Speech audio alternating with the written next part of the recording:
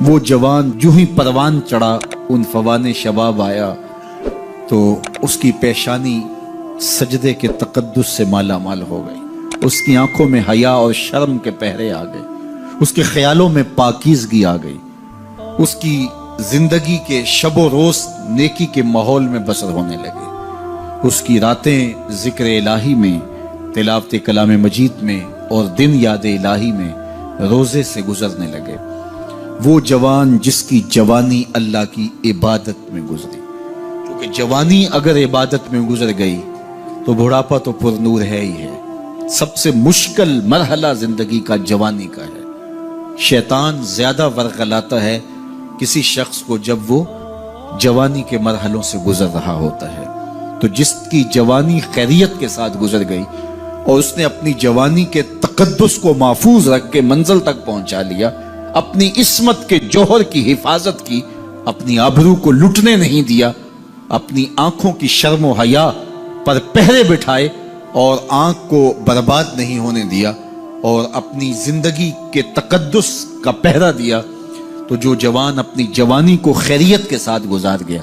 کسی نے کہا تھا نا، کتاب زیست کا ایک اور باب ختم ہوا، شباب ختم ہوا، ایک عذاب ختم ہوا۔ تو جوانی جس کی منزل تک پہنچ گئی خیریت کے ساتھ، عافیت کے سائے میں۔ مشکل تو بڑا ہے جوانی کو منزل تک لے جانا، خیریت کے ساتھ، داغدار نہ ہونے دینا، جوانی کے تقدس کو رسوا نہ ہونے دینا، عصمت کے جوہر پہ کالک نہ لگنے دینا، خواہشات کو غالب نہ آنے دینا۔ آسان کام تو نہیں ہے، مشکل کام ہے، لیکن اگر کوئی مشکل کاٹ گیا، جوانی کے تھوڑے سے ایام میں گزار گیا، اللہ اکبر۔ حضرت شیخ خطلی کہتے ہیں، داتا گنج بخش علی حجویری علیہ رحمہ کے مرشد ہیں، الدنیا یوم ولنا فیہا صوم۔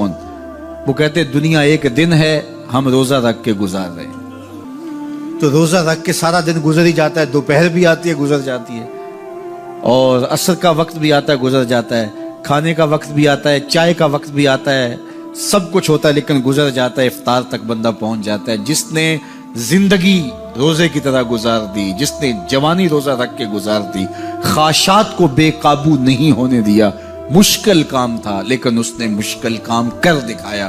اجر کتنا بڑا ہے، سنیے اللہ کے محبوب کی زبان سے سنیے۔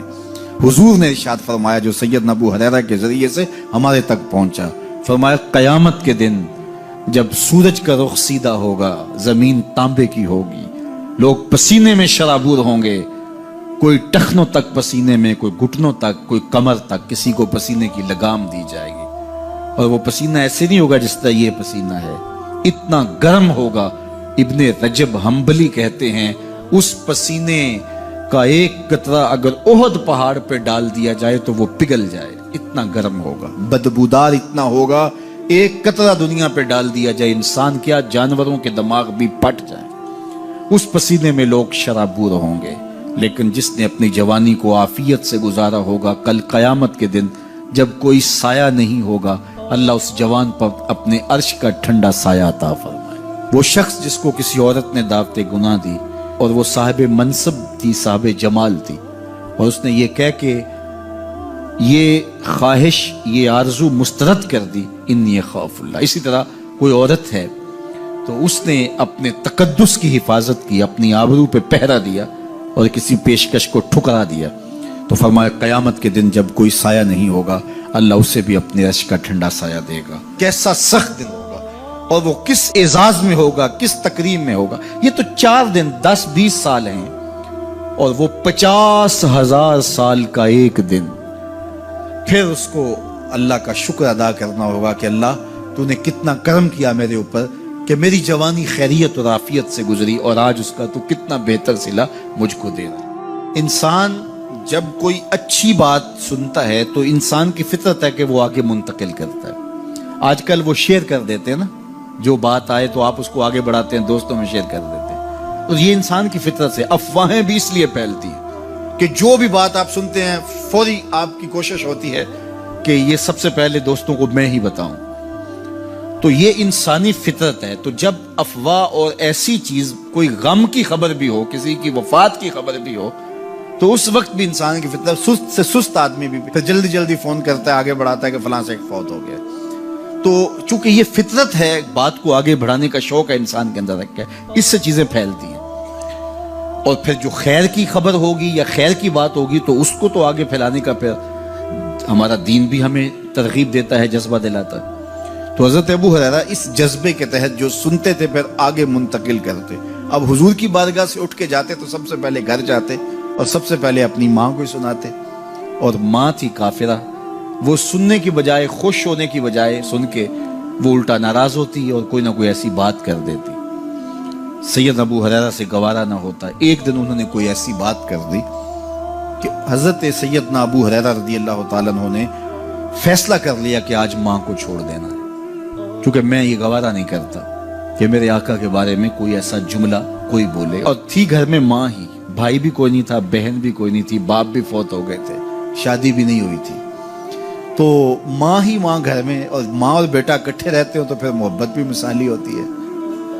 تو اب ماں ہی ایک رشتہ ہے مادی دنیا کے اوپر، تو حضرت ابو ہریرہ رضی اللہ تعالیٰ عنہ نے فیصلہ کر لیا کہ چھوڑ دینا ہے۔ چھوڑ کے گھر سے نکلے، لیکن دل ڈوب رہا ہے کہ ایک ہی تو رشتہ تھا، وہ بھی گیا۔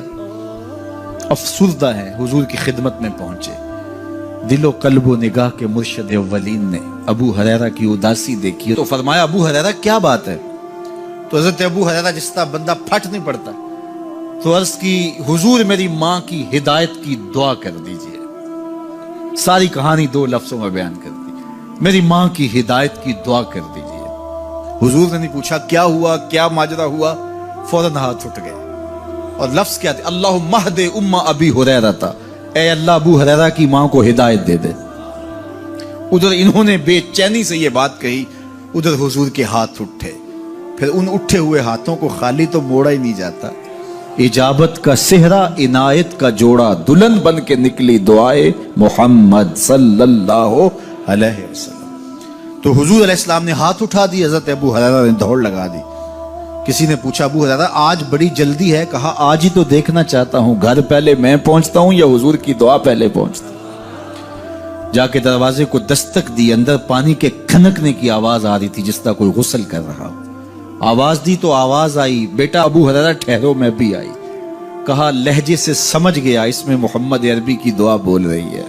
تھوڑی دیر کے بعد میری ماں آئی، تازہ آثار وضو سے اور غسل کی وجہ سے ان کے جو ہے وہ بالوں سے قطرے ٹپک رہے تھے، اور لبوں پر میرے حضور کا کلمہ جاری تھا۔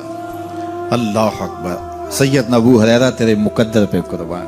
ایک سفر میں حضور علیہ السلام اور اصحاب گامزن تھے کہ راستے میں قیام کیا، تو ایک قبیلے کی صلح کروانے کے لیے حضور علیہ السلام تشریف لے گئے۔ وہاں کچھ تاخیر ہو گئی تو صحابہ نے حضرت ابوبکر صدیق کو کہا کہ حضور رک گئے ہیں تو نماز کا وقت جا رہا ہے، آپ نماز پڑھا دیجیے۔ تو حضرت ابوبکر صدیق رضی اللہ تعالیٰ عنہ مصلی پہ کھڑے ہو گئے۔ اب نماز شروع ہوگی، ادھر سے حضور بھی فارغ ہو گئے، تو آقا کریم تشریف لائے۔ تو آقا کریم علیہ السلام جو ہی تشریف لائے تو صحابہ کی صفیں بندی ہوئی تھی، حضور کو دیکھا انہوں نے راستہ چھوڑ دیا، پیچھے سے لے کر کے مصلی تک صحابہ نے حالت نماز کے اندر حضور کے لیے راہ کشادہ کر دی۔ کاش کہ یہ حدیث سب لوگوں نے پڑھی ہوتی اور امت میں اتنے فرقے نہ بنتے، اور یہ سوچ کبھی نہ پنپتی کہ نبی کے خیال سے نماز ٹوٹتی ہے۔ یہاں تو راستے چھوڑے جا رہے ہیں، یہاں تو پروٹوکول دیا جا رہا ہے۔ اللہ اکبر، اور یہ حدیث کہیں چھپی نہیں ہے، بخاری کے اندر چھپی ہوئی۔ اللہ اکبر، آقا کریم علیہ السلام تشریف لائے تو صحابہ نے راستہ چھوڑنا شروع کر دیا، نماز بھی چل رہی ہے اور حضور کا راستہ بھی چھوڑ رہے ہیں۔ بالکل حضرت ابوبکر صدیق کے پیچھے آ کے حضور کھڑے ہو گئے۔ وابو بکر لا یلتفت یمینا ولا یسارا، جب آپ نماز پڑھتے تھے تو نہ دائیں دیکھتے نہ بائیں دیکھتے، پوری توجہ انہماک ہوتا، وہ اپنی کیفیات کے جہان میں ڈوبے تھے، اور حضور آ کے پیچھے کھڑے ہو گئے۔ صحابہ نے اپنے ہاتھوں کی پشت پہ ہاتھ مارنے شروع کر دیے۔ مقعن و تصدیہ، قرآن نے تالی لگانا، سیٹی مارنا، یہ شیطانی اعمال ہیں، لیکن ہاتھ کی پشت پہ ہاتھ مار کے متنبع کرنا یہ مختلف مواقع کے اوپر یہ جائز ہے۔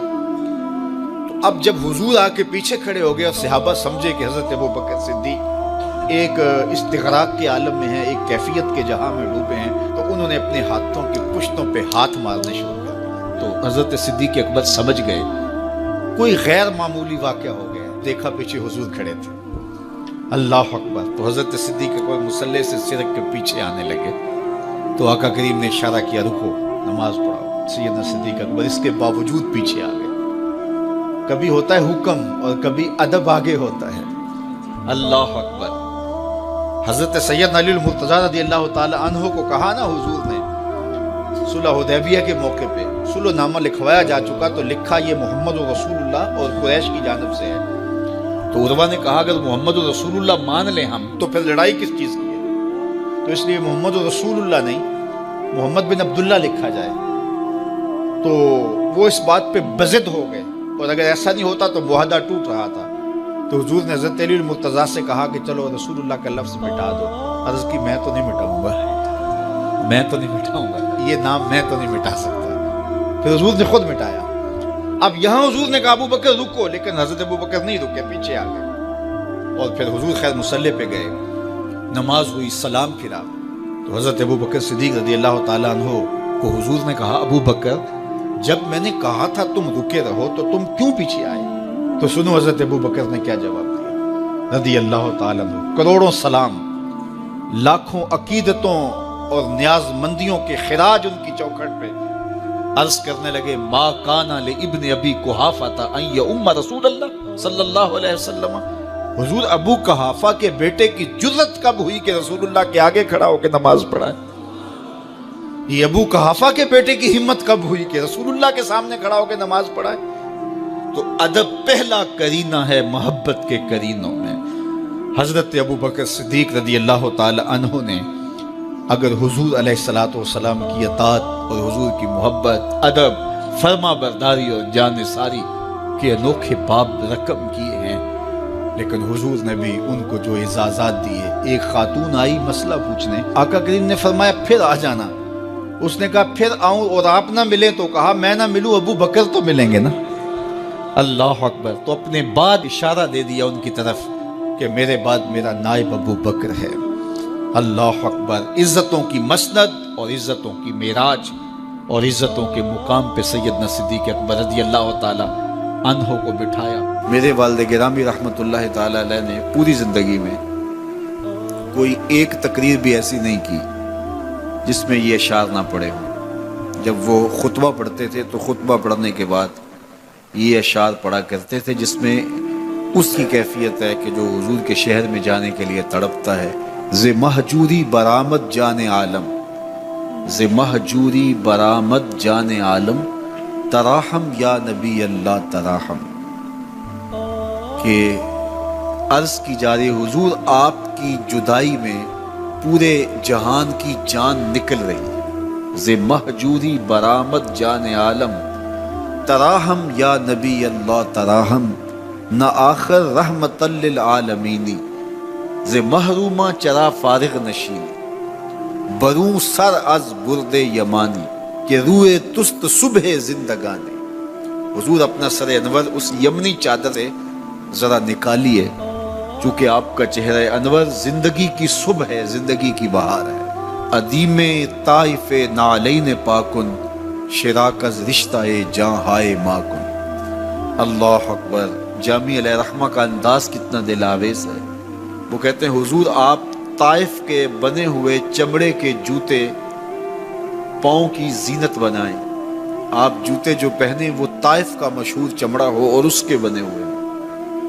شراک از رشتہ جاں ہائے ماکن، اور اس کے اندر جو تسمے ڈالیں وہ جامی کی جان کے ڈالیں، جامی کے چمڑے کے نہیں، جامی کی جان کے تسمے ان نالین میں ڈالیں جو آپ طائف کے بنے ہوئے نالین زیب تن کریں۔ وہ ایک شاعر کہتا ہے عربی کا کہ یا لیتنی کنتو تربت طیبتکم فلتسمت نعالک ذاک کدی۔ کاش میں مولوی نہ ہوتا، وہ بہت بڑا شیخ الحدیث گزرا ہے، تو وہ کہتا ہے میں کاش شیخ الحدیث نہ ہوتا، میں مولوی نہ ہوتا، مدینے کی گلی کی مٹی ہوتا، حضور گزرتے تلووں کو چوم لیتا۔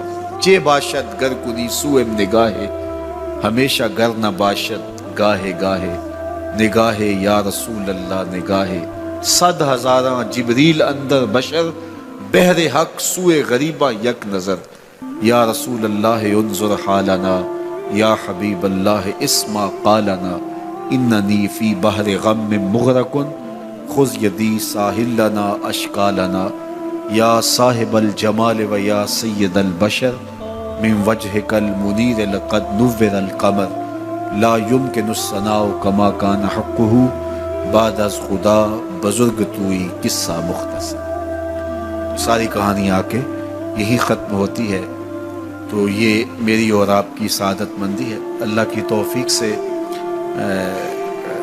آپ کے لیے اور آپ میرے لیے محبت اور دعا کے جذبات رکھتے ہیں، اور ہم ایک دوسرے کے لیے دعا گو ہیں کہ آج میں حاضر ہوا ہوں اور آپ نے جو ہے وہ میرے لیے اپنی آنکھوں کی چمک اور محبت پیش کی ہے۔